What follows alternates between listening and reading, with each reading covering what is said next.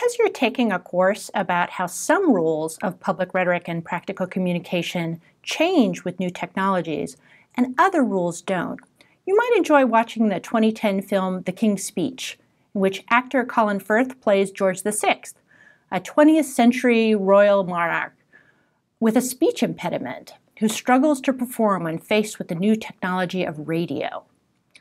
Before radio, monarchs largely functioned as figureheads for the British population.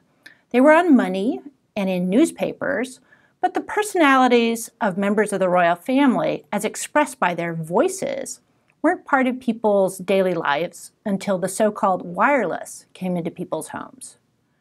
It wasn't George's choice to become a public speaker. He had to inspire confidence as his country prepared for war. So he sought out a new kind of speech therapist with unconventional methods. And most of the movie is about the relationship between speech tutor and speech tutee. The idea of free speech is very important in the history of the University of California. But obviously, you are not choosing to give a speech with automatically advancing slides of your own free will, although you will have a considerable amount of latitude in choosing your subject matter for your talk. It's a challenging assignment that's a core requirement of this class, but it's also an opportunity to focus on your public speaking abilities and to learn new ways to respond creatively to a situation of duress. The rhetorician Lloyd Bitzer, in his famous essay, The Rhetorical Situation, discussed how people often need to take rhetorical action in order to solve immediate problems and resolve difficulties that may suddenly emerge. He argued that the rhetorical situation basically involved paying attention to three different aspects of communication: your audience, constraints that limit what you can do or say, or how you might do or say it, and exigence, which he defined as a, quote, imperfection marked by urgency. According to Bitzer, we often speak because an opportunity is blocked, not because it's open. And in attempting to effect change through the discursive activities that we are compelled to undertake, we often have a restricted menu of choices. For Bitzer, exigence involves a defect, an obstacle, something waiting to be done, a thing that is other than it should be.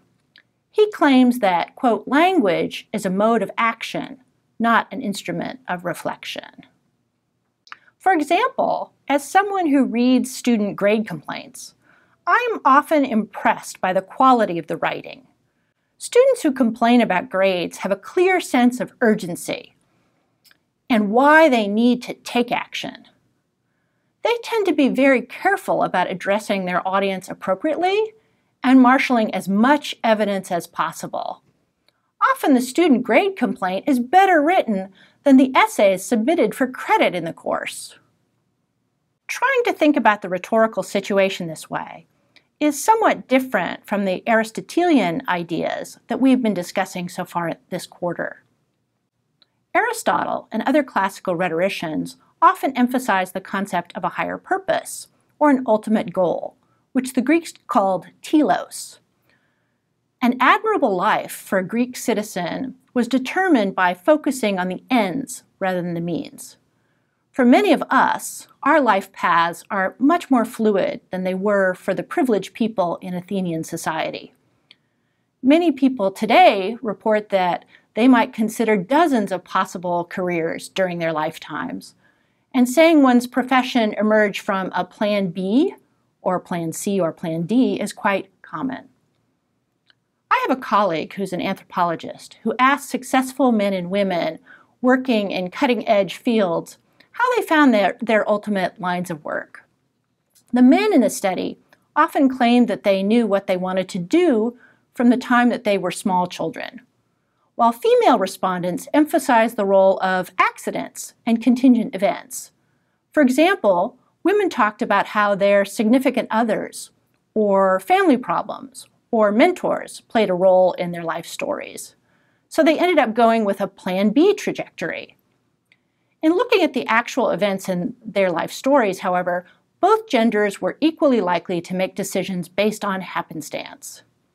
Perhaps they had just been socialized to narrate events differently, depending on gender norms, and thus depicted how much control they had over their own lives in very different ways. This doesn't mean that the classical rhetoric that we've been emphasizing up until this point in the class doesn't matter.